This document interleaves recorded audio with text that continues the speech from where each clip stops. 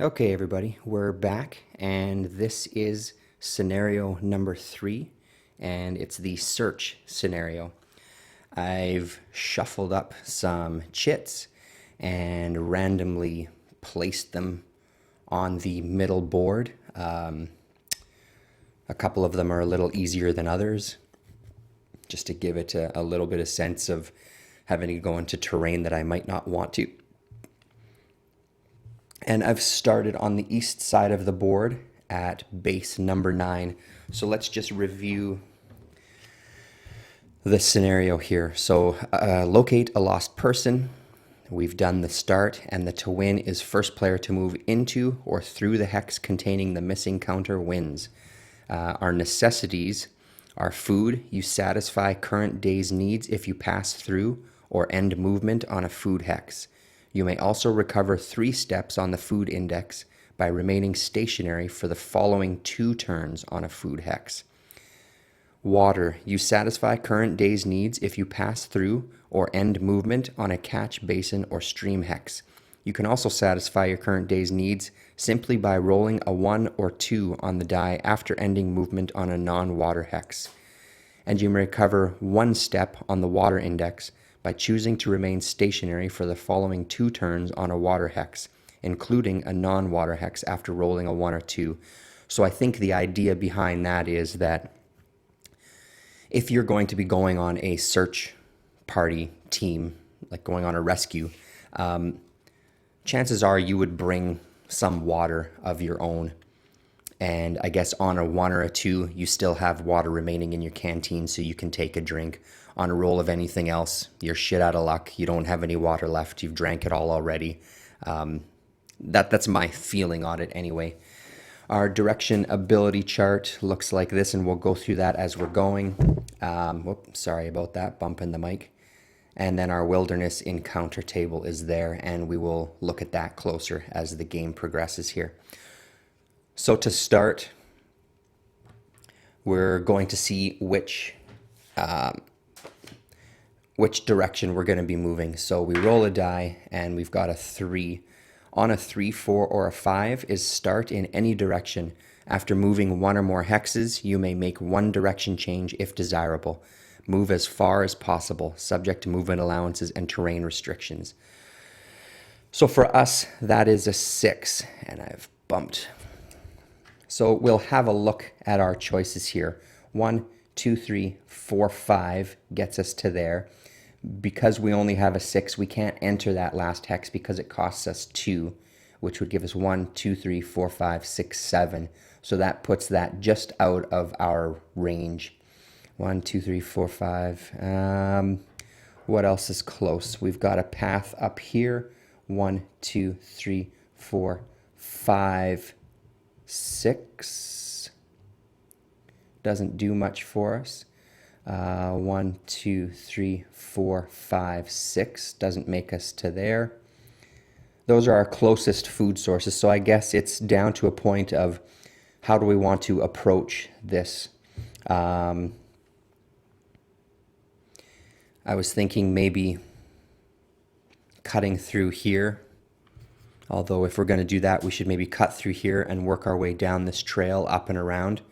So maybe we'll kind of head off in this direction, which would be a 1, 2, 3, 4, 5, 6 would bring us there.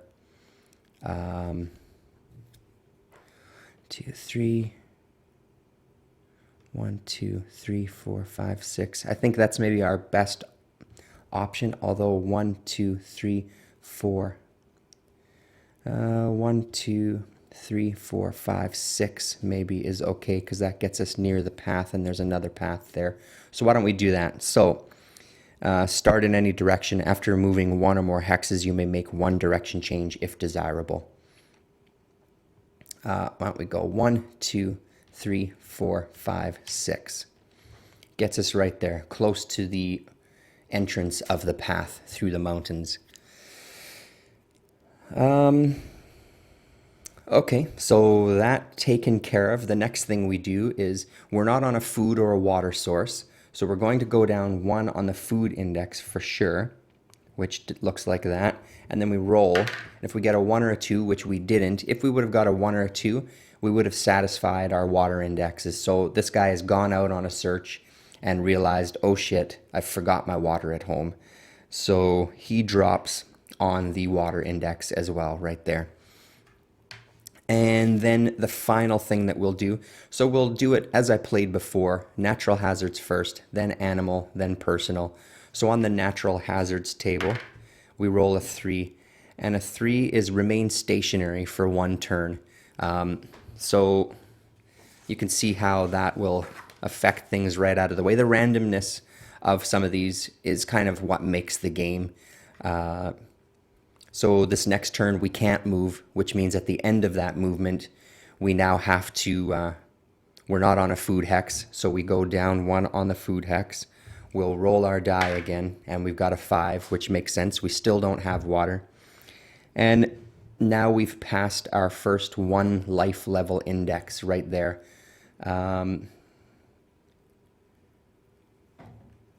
Replace the A with a B. Move our life level index chit up there. And now we're down to 5 movement points. Another roll on our wilderness encounter, this time under the animal/insect, and we get a 3, which is lucky for us. There's nothing, so we're good on that. And the beginning of the next turn, a 5 on our table is start any direction. After moving 1 or more hexes, you may make 1 direction change if desirable. And that's exactly what we wanted. So we have a 1, 2, 3, 4, 5. Remembering that the paths are considered still moving in a straight line, even though the hexes don't line up that way. As far as I moved this way, a straight line would be that way if it was regular terrain. But because we've entered a path, we can use the path as our moving straight. We've passed through a food, so we've satisfied our day's food, and we will now roll for water, and we got a 2, so we got lucky. We found some sort of little water supply near this river here, and we've managed to take a drink, which leaves us there. So we have a choice at this point. We have a really good chance to move up on our food or on our water index anyway, although we're not on a food, but we did pass through 1. We can sit for a few turns to bring both of our levels up a chunk, but I'm thinking that I'd like to take another stab at moving through here. Although, what do we have next? We will be able to pass through water, hopefully, but there's no food for quite a while, and we're almost at dropping a life level. You can last a lot longer without food than you can without water, though, so maybe we'll take that gamble. We'll just kind of keep moving. And did we roll on our table? No, we did not. So personal is next. And we rolled a 2, and look at that. Gain 1 step water index, which bumps us up and brings us back to our full 6 movement points again. Roll a 6. So this one is start in any direction. After moving 1 or more hexes, you may make as many direction changes as desirable. You are not required to move at all and may move less than your current movement allowance. And that's a fairly good one. If you're moving too far away into trouble, it allows you to move. You don't have to move the full allotment. So let's figure out where we want to go to. I think if we try to make our way 1, 2, 3, 4, 5, 6. See, the desert is 2, 2, 4, 6, 2, 4, 6. It's quite a bit of movement, so I'm wondering if maybe we head around this way where we can hit one of the bases, head across the mountain to catch up to that character there and see if that's our missing person. So let's try that. Oh, let me just look. Where's a ford there? There's a ford up there. 1, 2, 3, no. 1, 2, 3, 4, 5, 6 would get us there. 3, 4, 5, 6 gets us the same way. Either way, we pass the water. So 1, 4, 5, 6.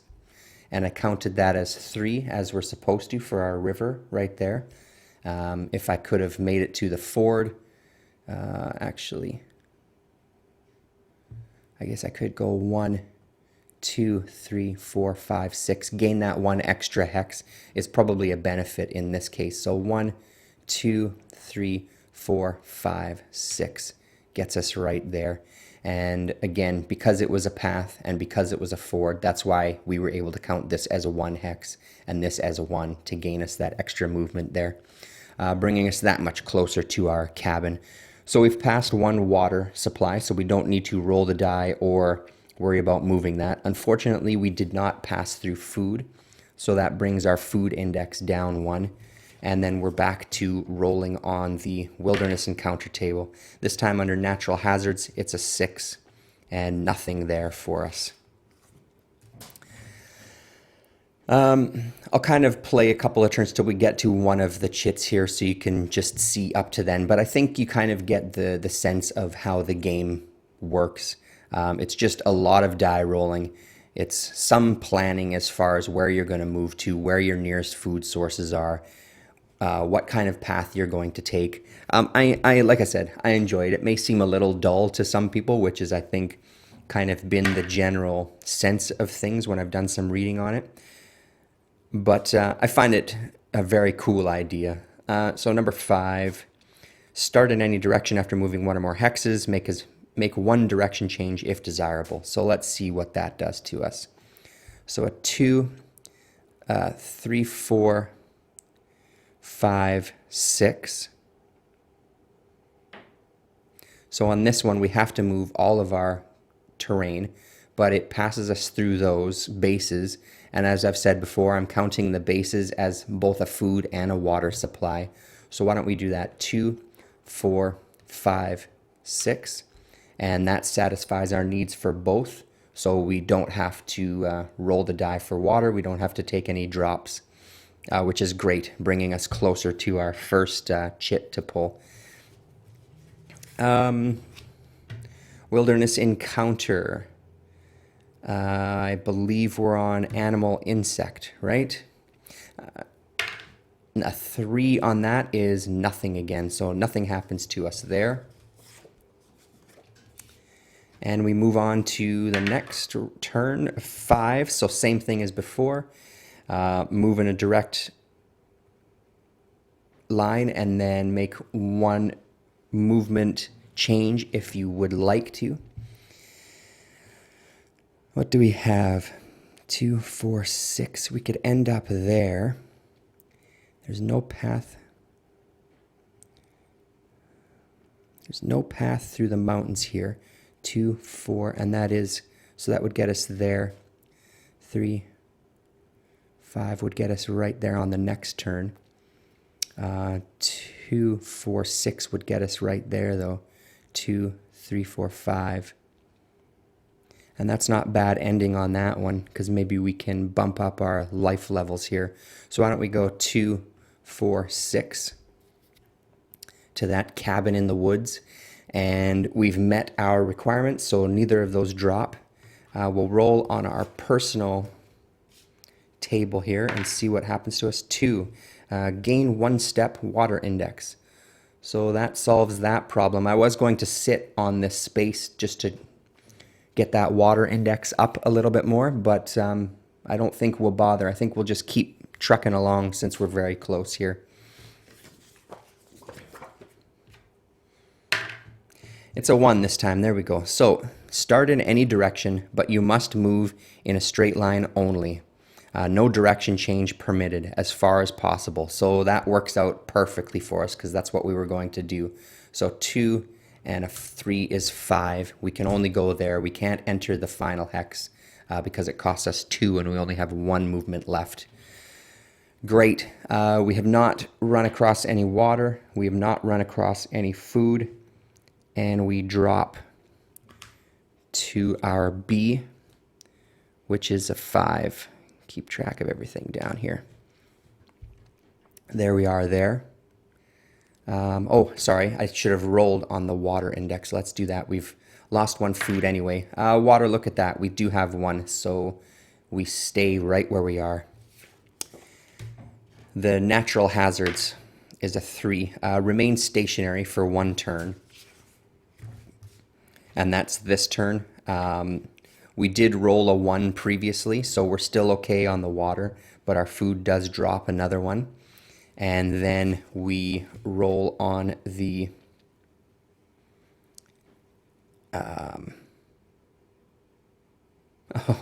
remain station. That was the natural, so the animal, I guess. A 3, and again, we have nothing whatsoever. Finally, a 5. Start in any direction. After moving 1 or more hexes, you may make 1 direction change. We don't want to. So what we want to do is 2, 4, 5. Look at that. That's great. We're going to move straight. We're going to use all of ours. And we do the big reveal of, hey, look at that. You've got to be kidding me. There's our missing person right there. So we've beat the scenario. Luckily. Very, very luckily. There's a good look. So that's run what? 17 minutes or so. The games don't last very long, especially when you're playing solo. I'm sure if you're playing a couple of players, it's a little more intense.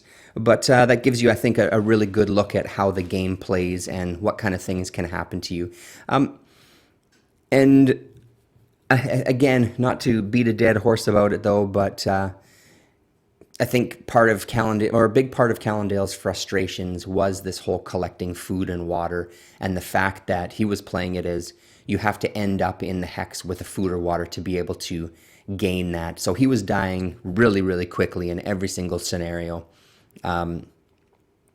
It's really important to read those necessity charts because you don't need to do that every time. You can pass through them. The only one that you need to land on it is the lost, the very first scenario. The rest of the scenarios, as we played here, passing right through. At this point, I think I probably could make it a little more difficult by not having those represent food and water, especially in this particular scenario where you do have that chance to roll a 1 or a 2 for the water. I think it would work just fine if you had those bases not count as any sort of food whatsoever. But at the end of the day, we've rescued the missing person in Outdoor Survival Scenario number 3, Search. Thanks very much for watching. I hope this game is slightly interesting to you. If it is, I'd highly recommend picking up a copy. I think it's a fun game, and I'm looking forward to playing it some more with the family and maybe play the escaped convict scenario. I think would be a fun one. All right, thanks very much, everybody.